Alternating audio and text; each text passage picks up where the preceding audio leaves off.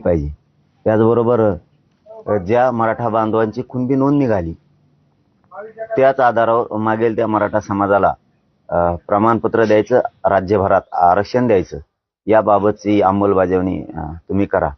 सरसकट जे गुन्हे मागे घ्यायचे ठरलेले ते पण सगळे सरसकट मागे घ्या। शिंदे समितीला जी तुम्ही मुदतवाढ दिलेली त्या शिंदे समितीनं पूर्णतः काम बंद केलेलं, रेकॉर्ड शोधायचं, ते रेकॉर्ड शोधायचं काम सुरू करून ताबडतोब नोंदी मराठ्यांच्या शोधायचं काम सरकारने सुरू करा।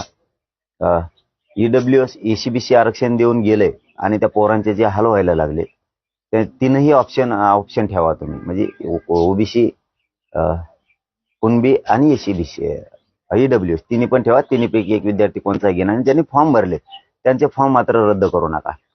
ज्या एकूण ह्या सगळ्या मागण्या आहेत मराठा समाजाच्या, या मागण्याच्या बाबत सरकारनं तातडीनं अंमलबजावणी करावी, म्हणून आजपासून आमरण उपोषण सुरू होत आहे। फक्त स्पष्टपणाने हे सांगतो की आमच्या नावाने बोंबलायचं नाही, मला किंवा माझ्या समाजाला राजकारणात जायचं नाही। तुम्हाला आणखीन एक संधी आम्ही द्यायलो या उपोषणाच्या माध्यमातून सरकारला। आमच्या मागण्याची अंमलबजावणी तातडीनं सगळ्या करा। ज्या तुमच्याकडे 9-10 मागण्या दिलेल्या आहेत, ज्या आताही सांगितल्यात आणि दिलेल्या पण आहेत, त्या सगळ्यांची अंमलबजावणी तातडीनं करा। कुठंही त्याला अडवणूक फडणवीस साहेबांनी करू नका। आणि कोण कोण असतील आणखीन काही की ज्यांना खूप मस्ती आहे सत्तेची, त्यांना सांगतो की आमच्या नावानं नंतर बोंबलू नका। तुम्हाला संधी आज स्पष्ट सांगितलं, मला याच्यात राजकारण करायचं नाही, मला किंवा माझ्या समाजाला राजकारणात जायचं नाही।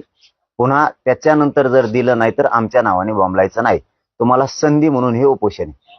तुम्हाला वाटत असेल आम्ही राजकारण करू नये किंवा आमच्यामुळे कोणाला फायदा होऊ नये तर आमच्या मागण्या मान्य करा, नसता पुढं आमच्या नावाने बोंबलायचं नाही।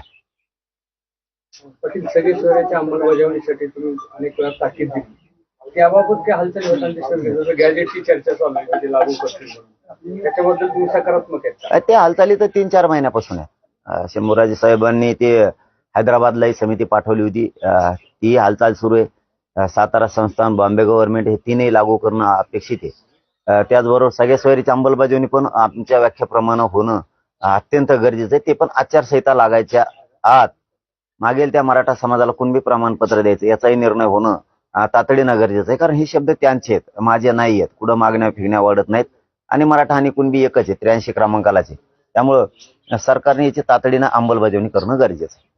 मागचे 2 उपोषण जर बघितले आपले, तर मागच्या 2 उपोषणाची सरकारनं दखल घेतली नव्हती, त्यामुळे स्वतःहून तुम्हाला हे उपोषण नाही, ते तुम्हाला वाटतंय फक्त, किंवा काही जणांना आणखीन वाटत असेल दखल घेतली नाही। ते दखल येत होते, आम्ही येऊ दिलेलं नाही।